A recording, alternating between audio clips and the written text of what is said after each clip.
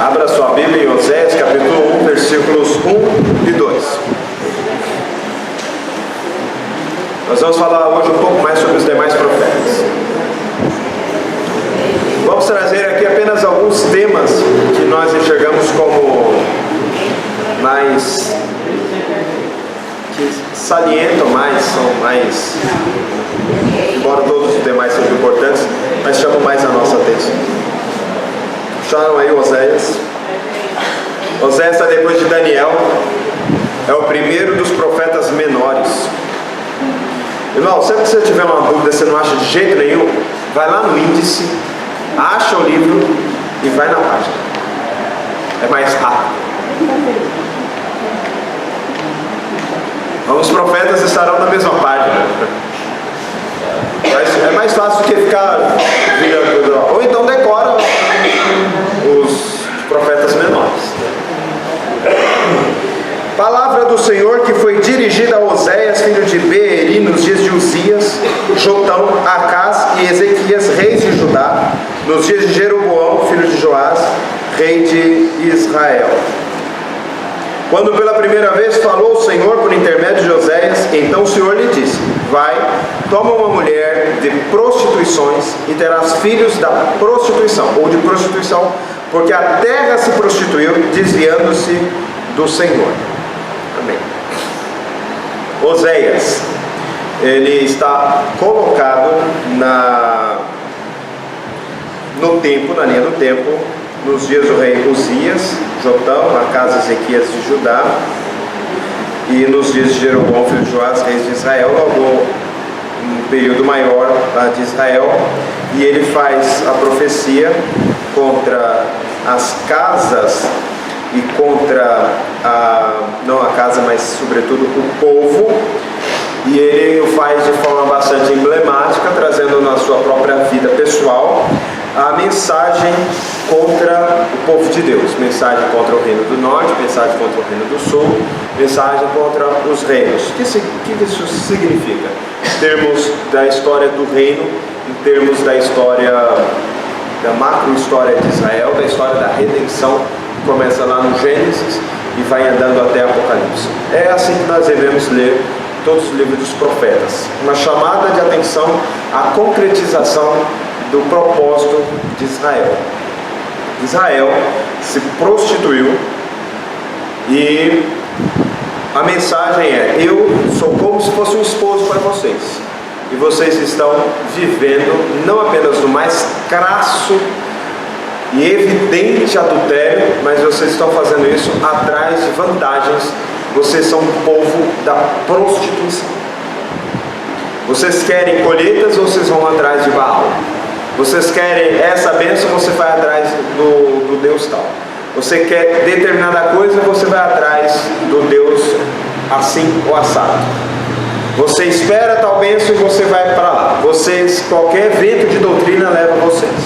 Os seus pés não estão firmados no nosso relacionamento pactual. Os seus pés estão firmados na vantagem do momento.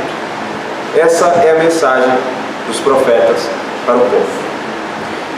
O propósito do reino não está se cumprindo. Eu sou o rei, vocês reis são na verdade vice-reis, gerentes, administradores da coisa que não é pública, da coisa que é minha. Vocês existem para o propósito e esse propósito não está se concretizando.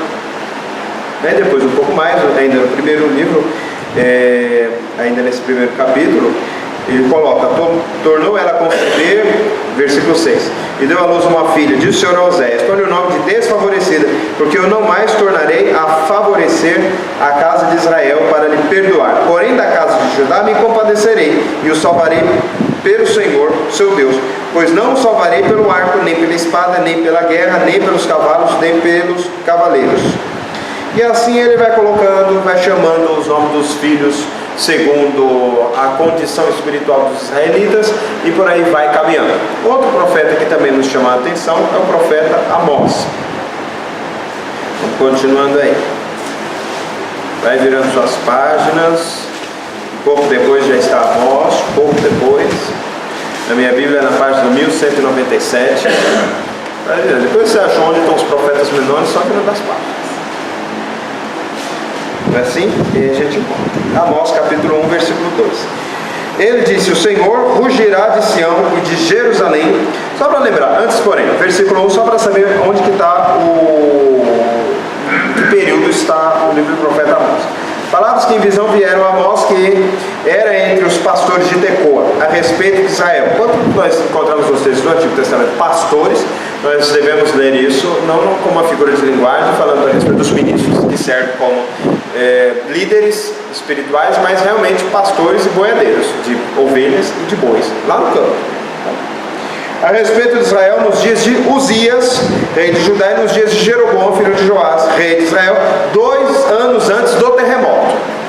Teve um terremoto na região, uma coisa tremenda, chamou a atenção. E Amós, como os irmãos estão percebendo, ele fala mais ou menos no tempo de quem? Nós acabamos de ler. Não, do outro profeta. Oséias.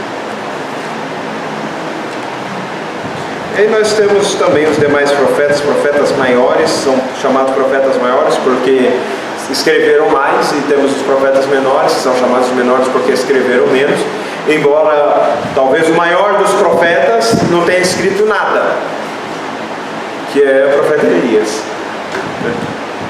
Você não tem o profeta, você tem profeta Amós, Obadias, Jonas, Miqueias, Naum, Abacuque, Sofonias, Ageu, Zacarias, Malaquias. Você tem Daniel, você tem Jeremias, você tem, alguns falam, lamentações de Jeremias, você tem os demais profetas, mas você não tem o profeta Elias, né? Que foi com certeza, se não o mais significativo profeta, um deles. E ele está profetizando assim mais ou menos no mesmo período que Ezequias, que fala o nome do discípulo do Elias, Eliseu, o profeta Eliseu, ou seja, é mais ou menos todos contemporâneos ali, um pouquinho mais velho, um pouquinho mais novo o outro, e eles estão profetizando mais ou menos no mesmo tempo.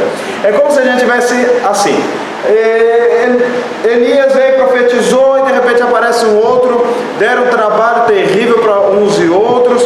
Temos também outros profetas, claro que cada um no seu período, mas eles estão mais próximos. Um profeta diminuiu aqui, pensei, pronto, me livrei dos profetas, a consciência do rei acabou. Não, aí de repente surge outro, aí de repente surge outro, aí eu consigo esmagar um, aí surge o outro, e por aí vai.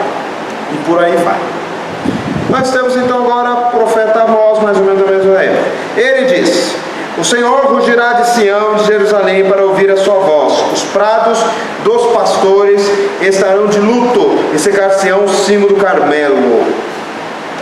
Aí a partir do versículo 13 até o capítulo 2, 16, o Senhor passa a fazer um sermão sobre alguns países, o que deve ter deixado os israelitas muito felizes, o povo de Judá extremamente feliz. Veja só, versículo 6: assim diz o Senhor: por 3 transgressões de Gaza e por 4 não sustarei o castigo, porque levaram em cativeiro todo o povo para entregarem a Edom. Por isso meterei fogo nos muros de Gaza, fogo que consumirá seus castelos.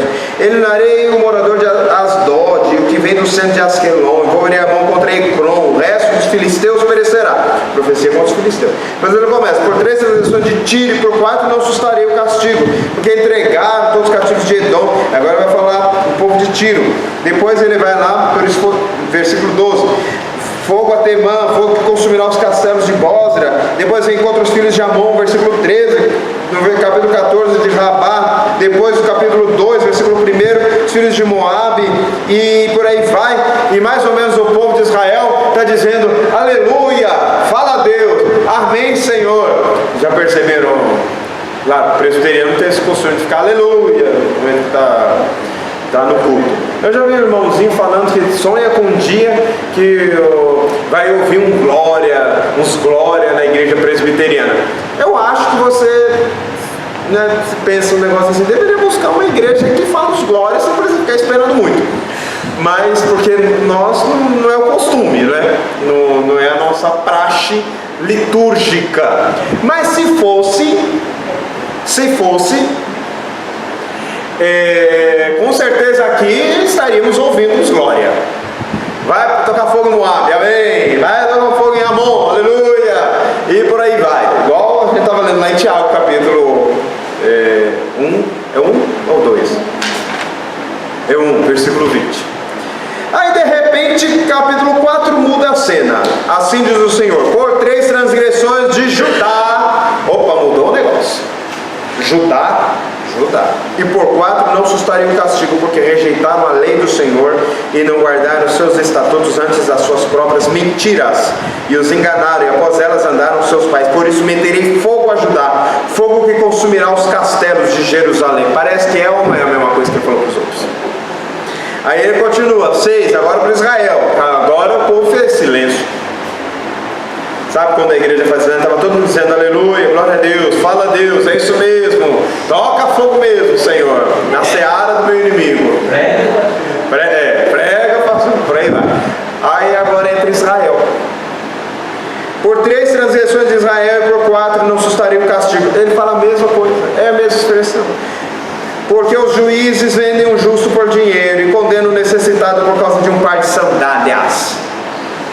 Suspiram pelo pó da terra sobre a cabeça dos pobres e pervertem o caminho dos mansos. Um homem e seu pai coabitam com a mesma jovem e assim profanam o meu santo nome e deitam ao pé de qualquer altar, sobre roupas empenhadas, e na casa do seu Deus bebem o vinho dos que foram multados. Todavia eu destruí diante deles o amorreu, cuja altura era como dos cedros. Nós já lemos isso em Josué, nós lemos isso em Deuteronômio, nós ouvimos disso em Números. E que o seu forte como os carvalhos, e destruiu o seu fruto por cima e as suas raízes por baixo. Também você subir da terra do Egito 40 anos. Deus sempre remete a quê, meus irmãos? Ao pacto que Deus fez com o povo de Israel no Egito, ou a caminho de Israel depois de saírem do Egito. O tempo inteiro ele está fazendo, irmãos, toda vez que ele vai falar de lei, vocês não têm observado a lei, vocês não têm observado minha vontade, ele toma a aliança como fundamento da obediência e da desobediência, porque Deus é o Deus das alianças, que foi feito com o povo, e agora ele vai falar, olha, vocês vão cair. Esse é o grande tema dos profetas, em especial os profetas menores. Nós vamos ler de uma forma tanto quanto até rasgada, mas eu gostaria de falar a respeito de alguns outros temas que aparecem no livro dos profetas. Ezequiel capítulo 1, versículo 1 a 3. Agora o negócio vai ficar fácil. Ezequiel, profeta maior.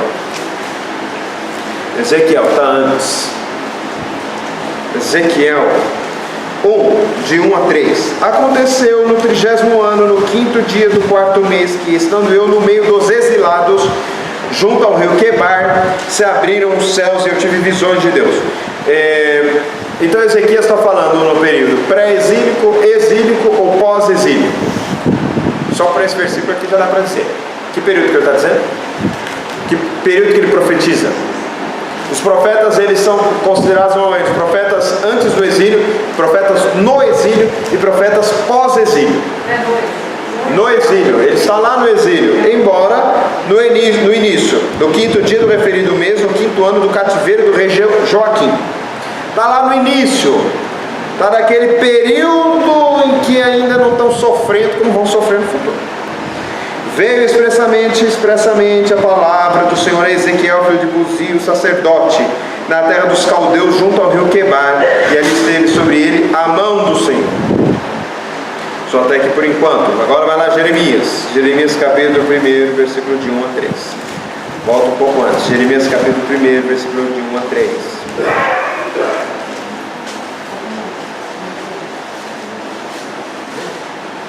Palavra de Jeremias, filho de Ilquias, um dos sacerdotes que estavam em Anatote, na terra de Benjamim. O que Ezequiel tem em comum com Jeremias? Não, nem tanto. Jeremias é anterior. Estou falando da ascendência. O que eles tinham em comum? A ascendência qual? Sacerdotal. Tanto os o pai de Jeremias quanto o pai de Ezequiel era da linhagem sacerdotal.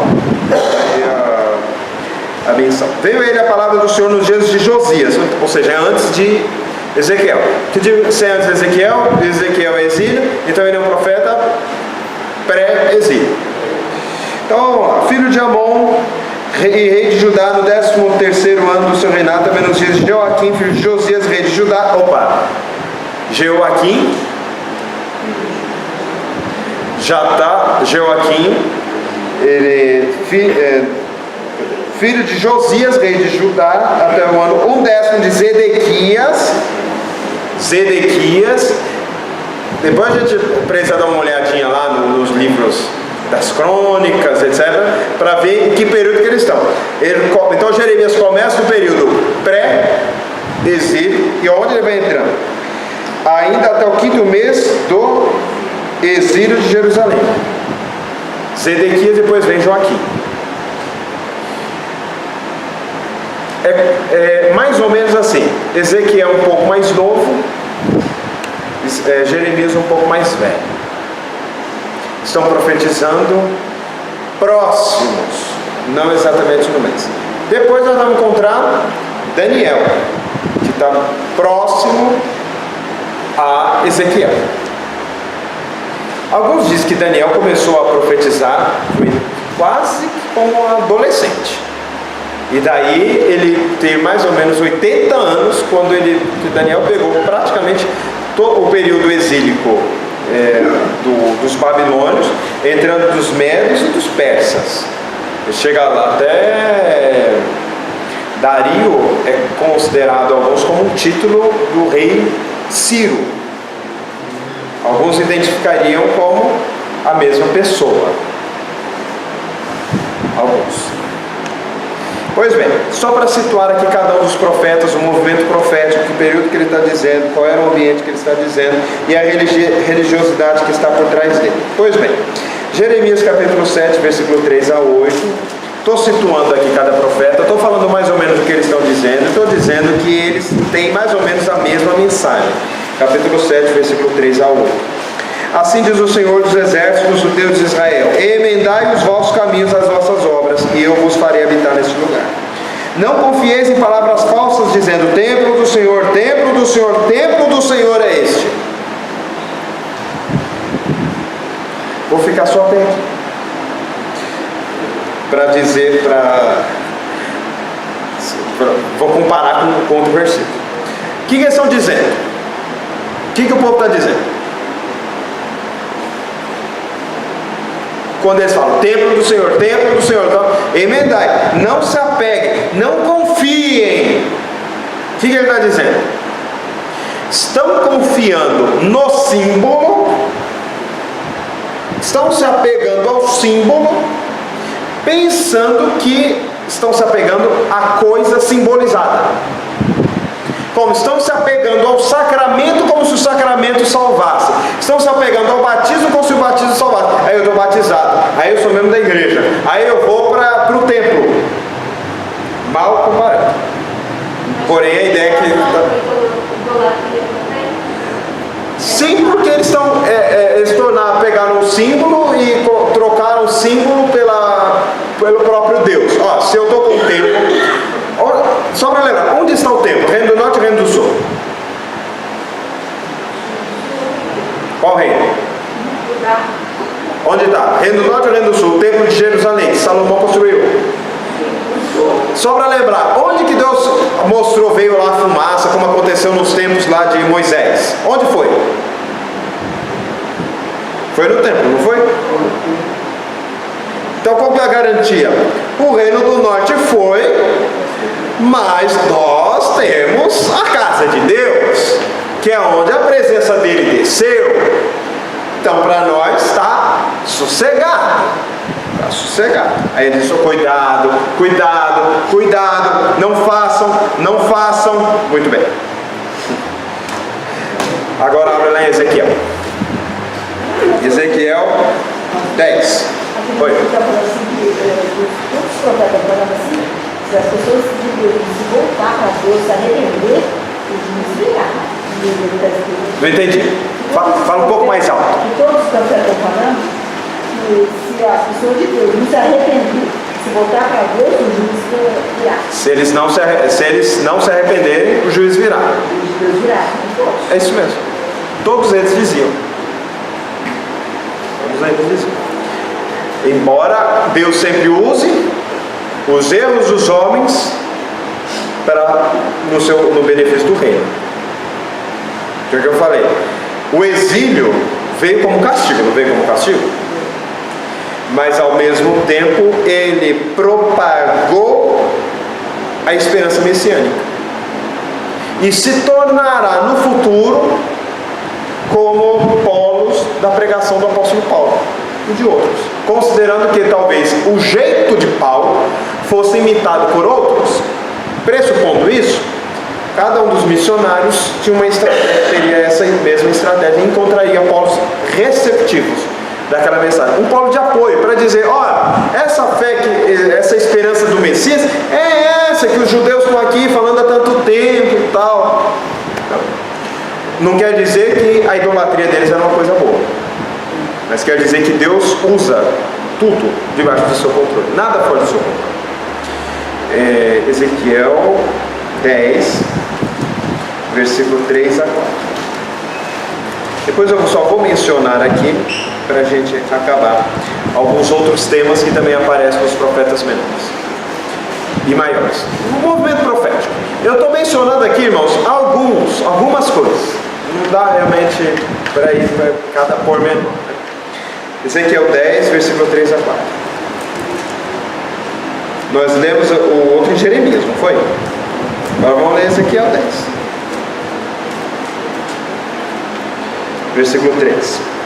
Os querubins estavam ao lado direito da casa quando entrou o homem, e a nuvem encheu o átrio interior. Esse aqui é o templo. Então se levantou a glória do Senhor de sobre o querubim, indo para a entrada da casa. A casa encheu-se de nuvem e o átrio de resplandência da glória do Senhor. O tatalar das asas dos querubins se ouviu até o átrio exterior, como a voz do Deus Todo-Poderoso quando fala. Bom, o que ele está enxergando aqui? A glória do Senhor, a presença do Senhor com uma fumaça, encheu o templo.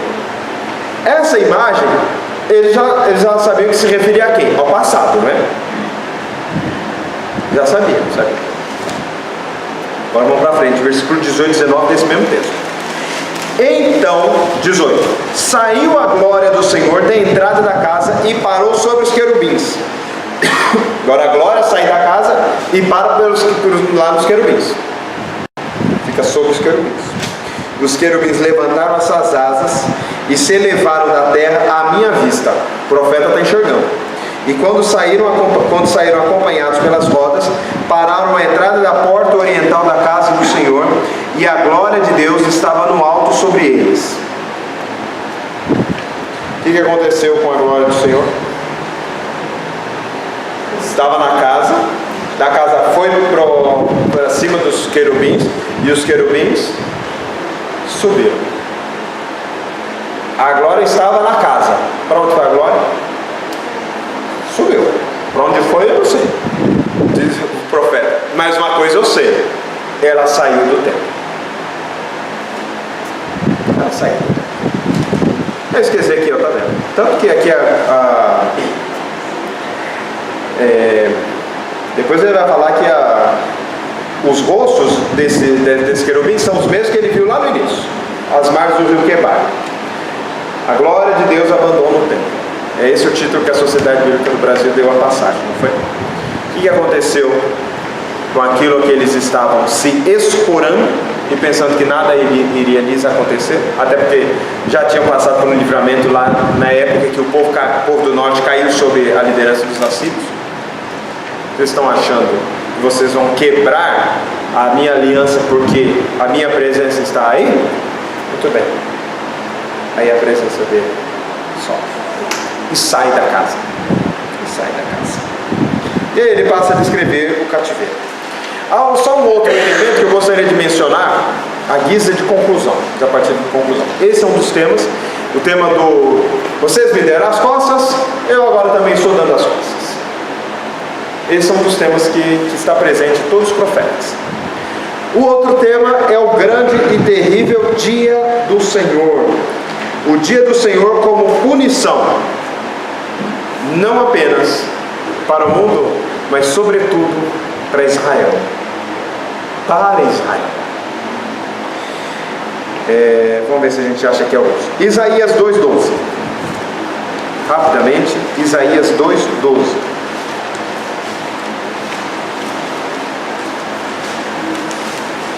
Isaías 2:12. A Bíblia perdeu Isaías. 2:12. Porque o dia do Senhor dos Exércitos será contra todo soberbo e altivo, e contra todo aquele que se exalta para que seja abatido, contra todos os cedros do Líbano, altos muito elevados, contra todos os carvalhos de Bazã, contra todos os montes altos, contra todos os outeiros elevados, os navios de Tarsis. Os ídolos serão de todos destruídos, os homens se meterão nas cavernas das rochas ante o terror do Senhor e a glória da sua majestade, quando ele se levantar para espantar a terra. Naqueles dias os homens lançarão as toupeiras e aos morcegos os seus ídolos de prata e os ídolos de ouro que fizeram para ante eles se prostrarem, e meter-se-ão pelas fendas das rochas e pelas cavernas das penhas, ante o terror do Senhor, a glória da sua majestade, quando ele se levantar para espantar a terra. Os irmãos se lembram que a ideia de dia do Senhor está presente no Novo Testamento. Ele é o conceito da presença do Senhor, da revelação do Senhor. Mas esse é um conceito veterotestamentário primeiro. E aí o Novo Testamento pega essa expressão, usa uma roupagem muito parecida, mas para a concretização de que o dia do Senhor aconteceu como um símbolo, mas ele ainda vai acontecer. O dia do Senhor se repetirá. Mas aí nós continuamos. Jeremias capítulo 46, versículo 10. Jeremias 46, 10.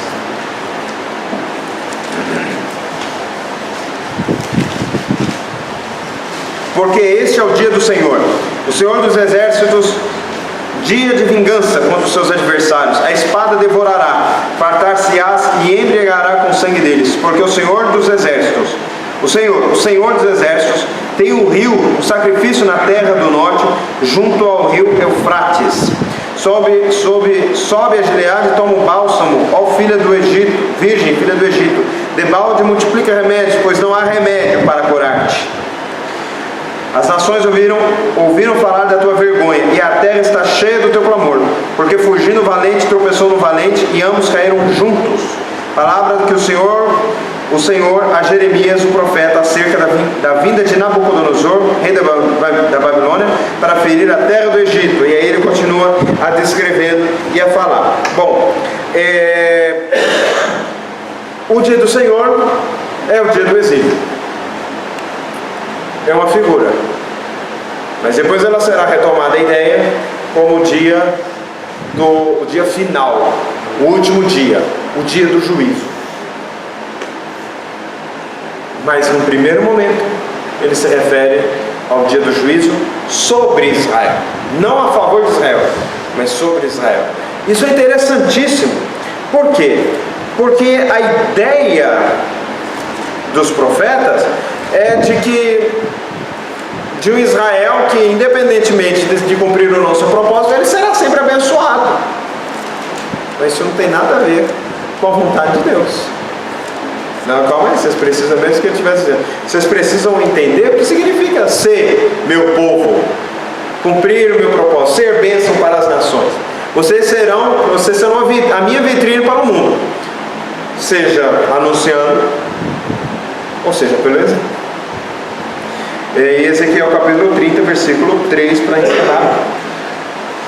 Porque está perto o dia, sim, está perto o dia do Senhor, dia nublado, será o tempo dos gentios.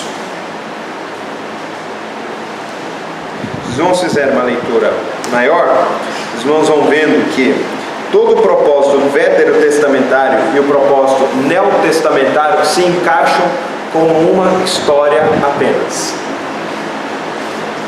Mas aí ele fala que não será o tempo do fim. Jeremias 31, versículo 31 a 34, Ezequiel capítulo 11, versículo 16, versículo 20, de que ficará um toco. O toco não será arrancado. Do toco ele nascerá. Ele vai usar o topo, a raiz, não a árvore. Tudo isso ele já está apontando para as bênçãos do Novo Testamento. Se os irmãos lerem os profetas menores, os irmãos vão ver o propósito de Deus na salvação do mundo, o tempo inteiro sendo anunciado e anunciado. Os próprios profetas, eu entendi, e eles tinham essa visão antes do cativeiro, iria existir esse cativeiro, no cativeiro, mas ao mesmo tempo isso ia passar, ia chegar os dias necessários, não passa. Exato. Já isso ele já estava falando, o povo sabia disso. Sabia. Por isso Daniel, no final do lado do livro de Daniel, no final da parte histórica do livro de Daniel, tem a parte das visões e tem a parte da história. Primeira parte da história. No final dele, nós enxergamos Daniel nervoso, Daniel fazendo o jejum de Daniel. Porque a dieta de Daniel está no início, mas o jejum está no fim. E por que ele jejua? Porque deu tempo. E cadê o cumprimento da promessa? Deu 70 anos. E cadê o cumprimento da promessa? A expectativa profética era que o exílio tem tempo para começar e o exílio tem tempo para acabar. E depois nós vamos encontrar os profetas pós o exílio falando: Senhor, onde está a tua promessa? Porque eles tanto falavam da parte de Deus para os homens, mas eles também falavam com o coração pesaroso até da parte dos homens para Deus. E ele diz, igual nessas Malaquias, o profeta pós-exílio, os irmãos vão vendo a situação. Cadê a tua bênção? Cadê a tua chuva? Cadê a tua abundância? E ele falou, vamos aqui dialogar, Israel, vamos dialogar, Judá. Nós estamos em juízo, então vamos dialogar em juízo. Mas o povo ainda estava corrompido. Mas o povo ainda estava corrompido, estava adorando ídolos nessa época. No tempo pós-exílio, depois do exílio, Israel não foi mais idólatra como ele foi antes do exílio. A idolatria arrefeceu.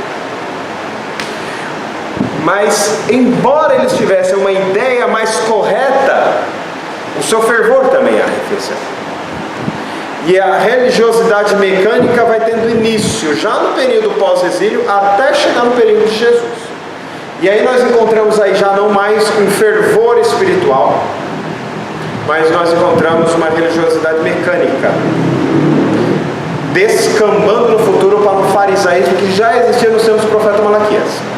Ele fala, vocês estão fazendo as coisas, mas estão fazendo assim, mecanicamente, de qualquer jeito.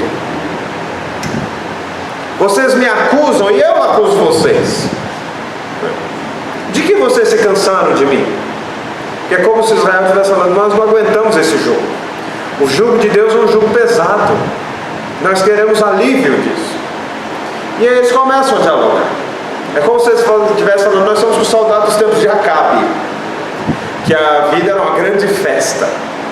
Parece que servir a Deus é uma coisa chata, triste, enfadonha, e a gente está servindo a Deus obrigado, porque a gente sabe que se a gente não servir, a gente vai para o exílio. Porque se a gente não servir, Ele nos castiga. A nossa mente tem uma teologia correta, mas o nosso coração está longe de Deus. Lembra bem os presbiterianos de hoje em dia. Não apenas do Brasil, de outros tantos lugares. Nós temos um fervor muito grande quando estamos nas festas, nos bailes e nos bares, sobretudo nas maiores cidades ou em certas cidades do interior, em que os presbiterianos vivem como se fossem ímpios, totalmente ímpios. E a boa parte deles jamais se perguntou ou se incomodou pelo fato de nunca ter, com perdão da expressão, vou usar aqui um jargão que é até pentecostal, nunca tiveram ganhado uma alma para Jesus. E eles não se incomodam. É como se nós, presbiterianos, estivéssemos nós também vivendo no período pós-exílio. Nós temos uma doutrina fantástica. Nós limpamos a nossa fé no sangue dos mártires do puritanismo. A nossa fé está espelhada nos exemplos de John Owen, Jonathan Edwards, George Whitefield e tantos outros. Nós não somos os herdeiros nos países, mas a fé, nós consideramos que nós herdamos essa fé. Mas isso não nos traz muito fervor. Isso não muda a nossa esperança e nem muda muito as nossas atitudes. Esse é o problema. Israel estava vivendo. Nós levamos a correção, mas isso não muda muito o nosso fervor. Virou pura religiosidade. Eu sou presbiteriano porque meu avô era presbiteriano. E eu não sei ser outra coisa, porque hoje nós já estamos na era, não dos desigrejados, a gente chama um nome bonito, desigrejado. A questão é que boa parte de nós somos protestantes não praticantes. Não tem um católico não praticante, nós somos protestantes não praticantes. Muitos de nós. A gente vai até aos cultos, mas é como se nós estivéssemos dentro do reino, mas o reino não estivesse dentro de nós. Isso é algo que precisa ser falado, é algo que precisa ser combatido e dizer para os nossos adolescentes e falar, vocês precisam ter fervor pelas coisas de Deus. Colocar Jesus no centro. Jesus não quer fazer parte da sua vida, Ele quer a sua vida toda. Isso tem toda a diferença. Isso posto, penso eu que fiz menção a boa parte dos temas dos profetas menores, do tempo do movimento profético, para já caminhar no nosso próximo encontro sobre o exílio. Ele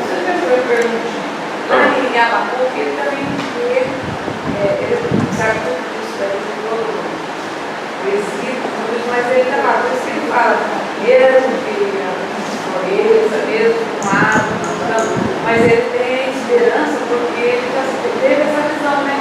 Que ia passar esse cativeiro. Então, e passou, ele já está na passagem do passou. E passou, mas cadê a bênção do Senhor? Cadê a bênção do Senhor? O exílio passou. A esperança era que com o final do exílio, nossos problemas cessassem, mas não cessaram. Não cai chuva, não tem colheitas abundantes. Isso. Mas então no próximo encontro a gente continua com o exílio em si. Agora a gente está falando dos profetas. Agora eu vou falar desse.